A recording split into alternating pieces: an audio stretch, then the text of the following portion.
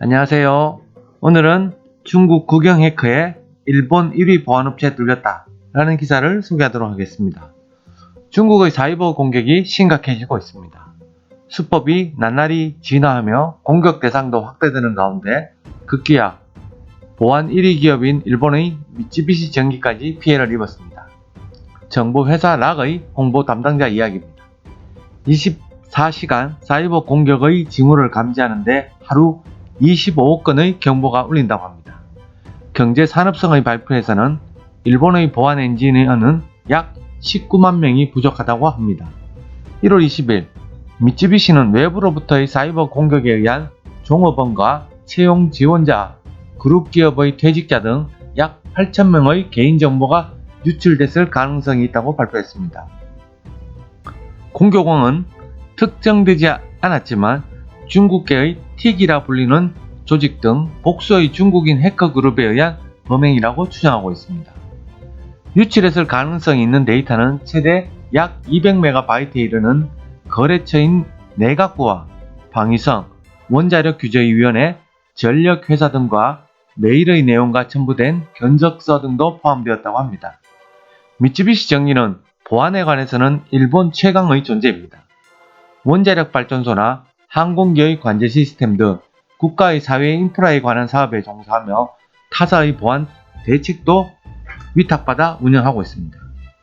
그런 미쯔비시 전기의 완벽한 벽조차 중국인 해커들의 손에 걸리면 쉽게 뚫려버리는 것입니다. 중국에 있는 미쯔비시 관련 회사의 시스템이 바이러스에 감염되면서 시작되었습니다. 보안 소프트웨어를 사용해 방어는 하고 있었지만 버그가 악용되면서 본부의 보안을 뚫었습니다. 중간 관리직의 약 120대의 컴퓨터와 40곳을 넘는 서버에 침입하여 정보를 유출했습니다. 포인트는 중국 업체에서 감염된 것입니다. 2년 정도 전부터 보안성이 높은 본사, 국내 거점이 아니라 서플라이 체인을 겨냥한 사이버 공격의 위험성이 인식되고 있습니다. 지난해에는 렌즈 제조로 유명한 호야가 같은 방법으로 사이버 공격을 받았습니다. 최초로 주목받은 것은 일본 국내가 아닌 태국의 공장이었습니다. 관련 회사를 발판으로 삼으면 보안을 쉽게 뚫을 수가 있기 때문입니다. 해커들은 날마다 새로운 계획을 짜고 있습니다. 2015년에 일어난 일본 연금기구 가입자 정보 약 125만 건 유출 사건도 중국계의 해커 집단에 의한 것이었습니다. 후생연금기금 제도 재검토에 대한 시안에 관한 의견이라는 제목을 붙인 가짜 메일을 직원이 개봉해 첨부 파일이 다운로드를 해버렸기 때문에 바이러스에 감염, 정보가 유출되었습니다. 이 같은 중국 해커 집단은 중국 정보의 조직이라고 볼 수 있습니다. 국제 저널리스트 야마타 토시히로 씨의 말입니다. 틱은 적어도 2008년부터 활동하고 있으며 주로 한국과 일본, 민간기업과 정부조직의 양쪽을 겨냥해 왔습니다.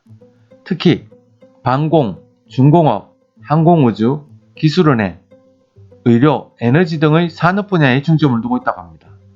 중국의 해커 측 해커들은 24시간 체제로 교대를 하고 있으며 어떤 업무를 해야 하는지 자세히 규정되어 있다고 합니다.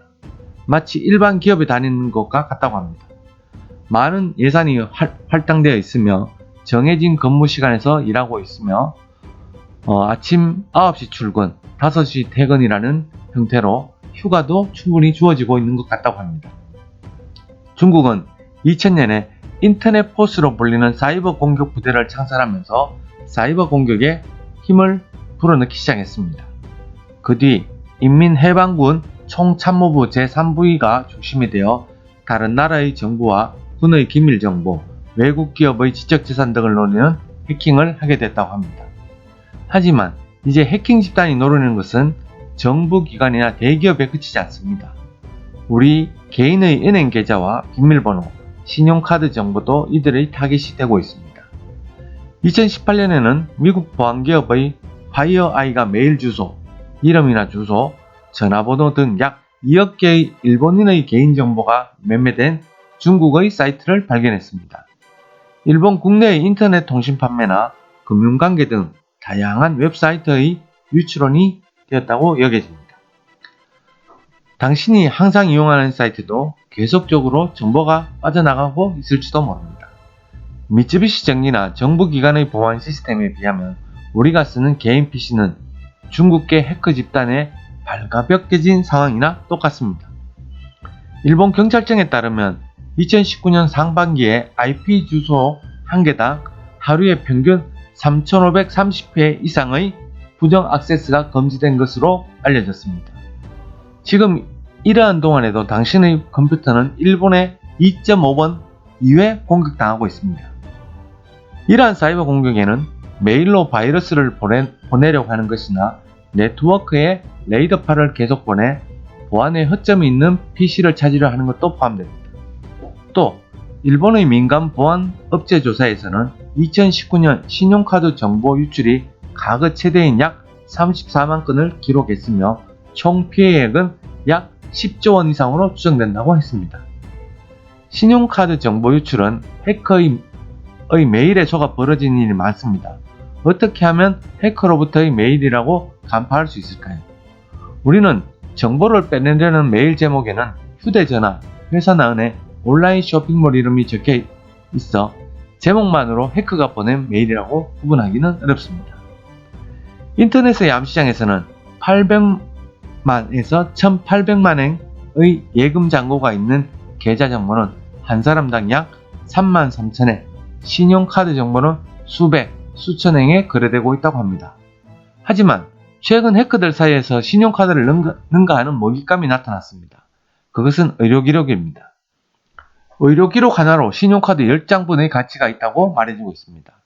중국은 AI 개발과 신약 제조 등 차세대 기술로 세계적인 패권을 노리고 있어 빅데이터로서 개인 정보 수집에 안간힘을 쓰고 있습니다. 이 때문에 의료 정보는 가치가 높아 개인 진료 기록카드나 대학 병원의 연구 결과 등과 겨냥하게 되었습니다. 17년 중국의 해킹 집단 APT-10은 암 연구회의에 관한 정보를 노리고 일본의 의료기업에 대한 사이버 공격을 감행했습니다. 또 그해 일본 오카야마 대학병원에서는 의료용 단말기 2대가 악성 바이러스에 감염되어 외부와의 부정한 통신이 열렸다고도 합니다. 바다 건네에서 당신의 개인정보를 모르는 사이에 사고팔고 있는 것입니다.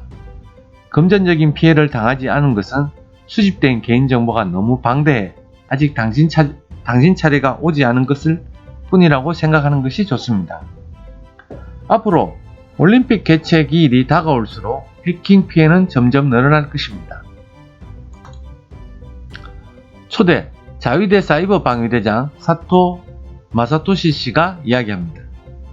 올림픽 등의 국제 이벤트의 개최 시기는 전 세계에서 사람이 모여 미디어의 관심도 높고 통상의 정보나 금전 절취에 가세해 중요 인프라에 대해서 공격이 이루어진다고 합니다.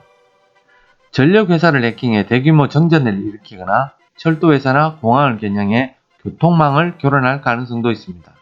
실제로 2018년 평창올림픽에서는 조직위원회의 시스템이 해킹되어 티켓을 인쇄할 수 없게 되었거나 컴퓨터로 제어된 입장 게이트가 열리지 않게 되는 사례도 있었습니다. 일본에서는 도쿄올림픽의 개최와 함께 차세대 이동통신 시스템 5G의 서비스가 개시 예정되어 있어 그에 따라 향후 더욱더 자동차나 가전을 비롯한 모든 제품이 인터넷과 연결되게 되었습니다. 흉악한 테러리스트들이 미리 꾹해 일부러 폭탄을 설치 않고도 멀리 떨어진 곳에서 컴퓨터 자판을 조작하게 된다. 그 자체로 자동차가 폭주해 열차와 항공기 사고를 낼 수 있게 되었습니다.